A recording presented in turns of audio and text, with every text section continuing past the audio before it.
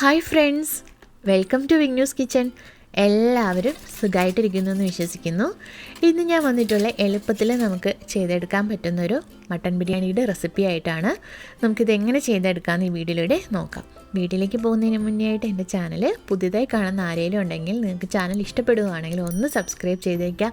അതിൻ്റെ സൈഡിലൊരു കുഞ്ഞു ബെല്ലൈക്കൺ ഉണ്ട്, അത് ക്ലിക്ക് ചെയ്ത് നിങ്ങൾ ഓളും കൂടി കൊടുത്തേക്കാം. നമുക്കപ്പോൾ വീഡിയോയിലേക്ക് പോകാം. ഞാനിവിടെ മട്ടൻ ബിരിയാണിക്ക് വേണ്ടിയിട്ട് 1/2 കിലോ ബസുമതി റൈസാണ് എടുത്തിട്ടുള്ളത്. അപ്പോൾ ഒരു 3/4 മണിക്കൂറോളം ഒന്ന് വെള്ളത്തിൽ കുതിർത്ത് വെച്ചതിന് ശേഷം കുക്ക് ചെയ്യുന്ന നേരം കഴുകിയെടുക്കുക. ഫസ്റ്റ് നമ്മളിത് കുതിർത്ത് വയ്ക്കുകയാണെന്നുണ്ടെങ്കിൽ ബാക്കിയെല്ലാം ചെയ്തു വരുന്ന ടൈമിൽ നമുക്ക് ആ ഒരു 3/4 മണിക്കൂർ കറക്റ്റായിരിക്കും.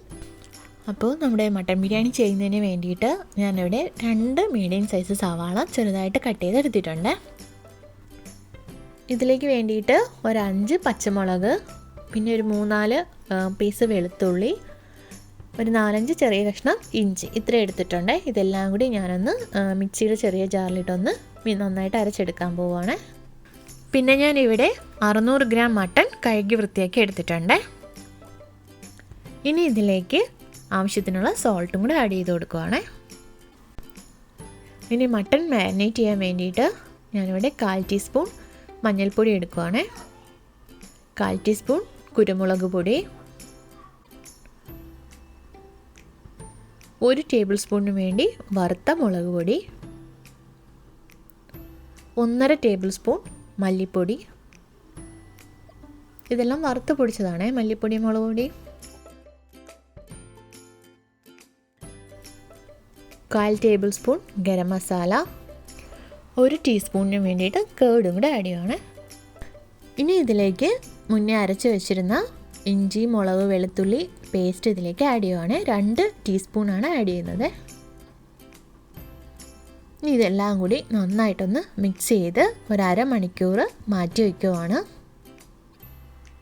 അപ്പോൾ മട്ടൺ മാരിനേറ്റ് ചെയ്ത് മാറ്റി വയ്ക്കുന്ന ടൈം കൊണ്ട് ഇതിലേക്ക് വേണ്ടിയിട്ടുള്ള ഉള്ളിയെല്ലാം നമുക്ക് വഴറ്റിയെടുക്കാം.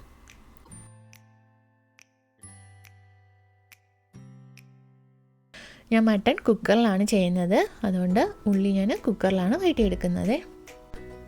നിങ്ങൾക്ക് മട്ടൺ കുക്കറിൽ ചെയ്തെടുക്കാൻ ഇഷ്ടമില്ലാത്തവരുണ്ടെന്നുണ്ടെങ്കിൽ സാധാ രീതിക്ക് പാനിൽ വേവിച്ചെടുക്കാം. പക്ഷേ അത് കുറച്ച് ടൈം കൂടുതലെടുക്കും നമുക്ക് മട്ടൺ വെന്ത് കിട്ടാൻ വേണ്ടിയിട്ട്. ഇതാകുമ്പോഴത്തേക്കും കുട്ടികൾക്ക് വേണമെങ്കിൽ നമുക്ക് കുക്കറിൽ ചെയ്യുവാണെങ്കിൽ നല്ല സോഫ്റ്റായിട്ട് മട്ടൺ കിട്ടുകയും ചെയ്യും, നല്ല വെന്തും വരും. അതുകൊണ്ടാണ് ഞാൻ കുക്കറിൽ ചെയ്തിട്ടുള്ളത്. കുക്കറിലേക്ക് ഞാൻ കുറച്ച് ഓയിൽ ആഡ് ചെയ്യണേ ഉള്ളി വഴറ്റിയെടുക്കാൻ വേണ്ടിയിട്ട്. ഓയിലൊന്ന് ചൂടായി വന്നതിന് ശേഷം ഉള്ളി വഴറ്റിയെടുക്കാം. ഉള്ളി പെട്ടെന്ന് വഴണ്ടി കിട്ടാൻ വേണ്ടിയിട്ട് കുറച്ച് സോൾട്ടും കൂടി ആഡ് ചെയ്ത് കൊടുക്കുവാണ്.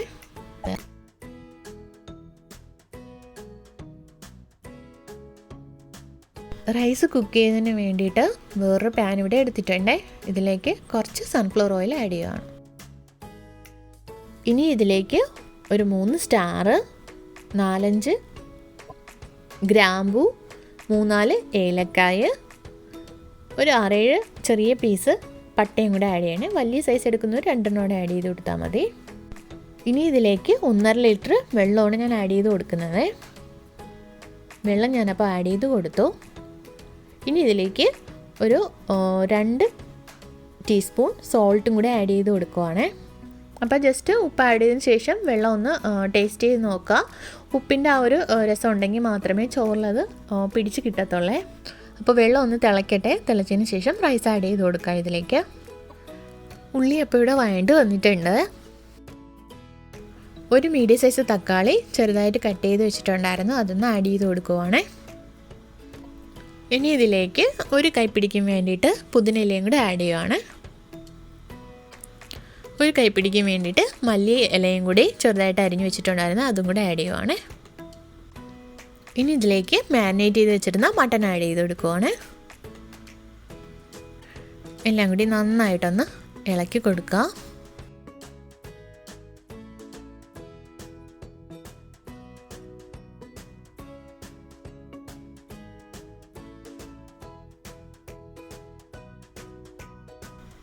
ഇപ്പോൾ ഒരു 10 മിനിറ്റ്സ് ആയിട്ടുണ്ട്. ഇതിപ്പോൾ ഈ ഒരു പരുവത്തിലാണ് കിട്ടിയിട്ടുള്ളത് മട്ടൺ. ഇനി ഇതിലേക്ക് 1 ഗ്ലാസ് ചൂടുവെള്ളം കൂടെ ആഡ് ചെയ്ത് കുക്കർ അടച്ചു വെച്ച് മട്ടൺ വേവിച്ചെടുക്കാം. മട്ടൺ 6 വിസിലാകുമ്പോഴത്തേക്കും കുക്കർ ഓഫ് ചെയ്തേക്കുക. കുക്കർ ഒരു 6 വിസിൽ അടിച്ചതിന് ശേഷം നിങ്ങൾ സ്റ്റൗ ഓഫ് ചെയ്ത് കൊടുത്തേക്കുക.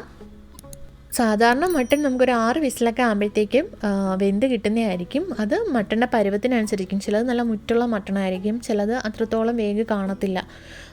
അത്ര വേഗ് കാണാത്ത മട്ടനാണെന്നുണ്ടെങ്കിൽ 6 വിസിൽ നമുക്ക് വെന്ത് കിട്ടുക. അല്ലാന്നുണ്ടെങ്കിൽ 8-9 വിസിലോളം എടുക്കുക. അപ്പോൾ ഒരു 6 വിസിലാകുമ്പോഴത്തേക്കും നിങ്ങളൊന്ന് സ്റ്റൗ ഓഫ് ചെയ്ത് കൊടുത്തേക്കുക.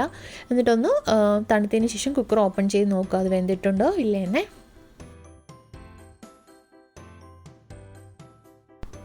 നേരത്തെ കുതിർക്കാനായിട്ട് ഇട്ടിരുന്ന റൈസാണിത്. ഇത് ഞാൻ നന്നായിട്ട് 1-2-3 വെള്ളത്തിൽ കഴുകി വൃത്തിയാക്കി ഇവിടെ എടുത്തിട്ടുണ്ട്. വെള്ളം അപ്പോൾ ഇവിടെ ചെറുതായിട്ട് തിളയ്ക്കാൻ തുടങ്ങിയിട്ടുണ്ട്. ഞാനിതിലേക്ക് റൈസ് ആഡ് ചെയ്ത് കൊടുക്കുവാണ്. അപ്പോൾ റൈസ് ആഡ് ചെയ്യുന്ന ടൈമിൽ ജസ്റ്റ് ഒന്ന് ഉപ്പ് നോക്കിക്കൊള്ളാം വെള്ളത്തിൽ കറക്റ്റാണോ എന്ന്. കുറവാണെന്നുണ്ടെങ്കിൽ ആ ടൈമിൽ നിങ്ങൾ ആഡ് ചെയ്ത് കൊടുത്തേക്കുക. റൈസ് ഇപ്പോൾ ഒരു 80% കുക്കായി വന്നിട്ടുണ്ട്. ഞാനിതൊന്ന് ഊറ്റിയെടുക്കുവാണ്. മട്ടൺ അപ്പോൾ ഒരു 6 വിസിൽ കഴിഞ്ഞപ്പോഴത്തേക്ക് ഞാൻ ഓഫ് ചെയ്തിട്ടുണ്ടായിരുന്നു. ഇപ്പോൾ അതിൻ്റെ പ്രഷറൊക്കെ പോയിട്ടുണ്ട്. അപ്പോൾ ഞാനിതൊന്ന് ഓപ്പൺ ചെയ്ത് നോക്കുവാണ്. മട്ടണൊക്കെ നന്നായി വെന്തോ ഇല്ലെന്ന് നോക്കാം. മട്ടണൊക്കെ ഇപ്പോൾ നന്നായി കുക്കായി വന്നിട്ടുണ്ട്. ഇതിൽ കുറച്ചൊരു ഗ്രേവി വരുന്നുണ്ട്. അത് നിങ്ങൾക്ക് വേണമെന്നുണ്ടെങ്കിൽ സെർവ് ചെയ്യുന്ന ടൈമിലേക്ക് ഗ്രേവി മാറ്റി വയ്ക്കണമെങ്കിൽ ഈ ടൈമിൽ മാറ്റി വയ്ക്കാം. അല്ലാന്നുണ്ടെങ്കിൽ കുറച്ചും കൂടി ജസ്റ്റ് ഒന്ന് വറ്റിച്ചെടുക്കാം. ബിരിയാണിക്ക് നമുക്ക് മട്ടണിൽ ഇത്രയും ഗ്രേവി വേണ്ട. ഒരു 5 മിനിറ്റ്സും കൂടി ഇട്ടിരുന്നാൽ കുറച്ചുകൂടി ഒന്ന് വറ്റി കിട്ടും. മട്ടൺ ഇപ്പോൾ നന്നായിട്ട് ഞാൻ വറ്റിച്ചൊക്കെ എടുത്തിട്ടുണ്ട്. കുറച്ച് ഒരല്പം ഗ്രേവി ഉണ്ട് കേട്ടോ. ആ ഒരു ചോറിലൊന്ന് മിക്സായി എടുക്കാൻ വേണ്ടിയിട്ട് വേണ്ടി മാത്രമേ. ബിരിയാണി സെറ്റ് ചെയ്യാൻ വേണ്ടിയിട്ട് ഞാൻ ഈ പാനിലേക്ക് ഒരു 1/2 ടേബിൾ സ്പൂണിന് വേണ്ടി ഗീ ആഡ് ചെയ്ത് കൊടുക്കുവാണ്. ഇതിപ്പോൾ ലോ ഫ്ലെയിമിലാണ് ഞാൻ പാൻ വെച്ചിട്ടുള്ളത്. ഇതിലേക്ക് റൈസ് ആഡ് ചെയ്ത് കൊടുക്കുവാണ്. ഇനി ഇതിലേക്ക് മുന്നേ ഞാൻ കുറച്ച് മഞ്ഞയും മിൽക്കും കൂടി മിക്സ് ചെയ്ത് കുറച്ച് മാറ്റി വെച്ചിട്ടുണ്ടായിരുന്നു ചെയ്ത്. അതാണ് ആഡ് ചെയ്ത് കൊടുക്കുന്നത്. കുറച്ച് കളർ കിട്ടാൻ വേണ്ടിയിട്ടാണ് റൈസിൽ. എന്നിട്ട് അതിൻ്റെ മുകളിലായിട്ട് വീണ്ടും റൈസ് ആഡ് ചെയ്ത് കൊടുക്കുവാണ്. ഇനി ഇതിലേക്ക് കുറച്ച് പെരുംജീരകം കൂടി ആഡ് ചെയ്യുവാണ് റൈസിൽ.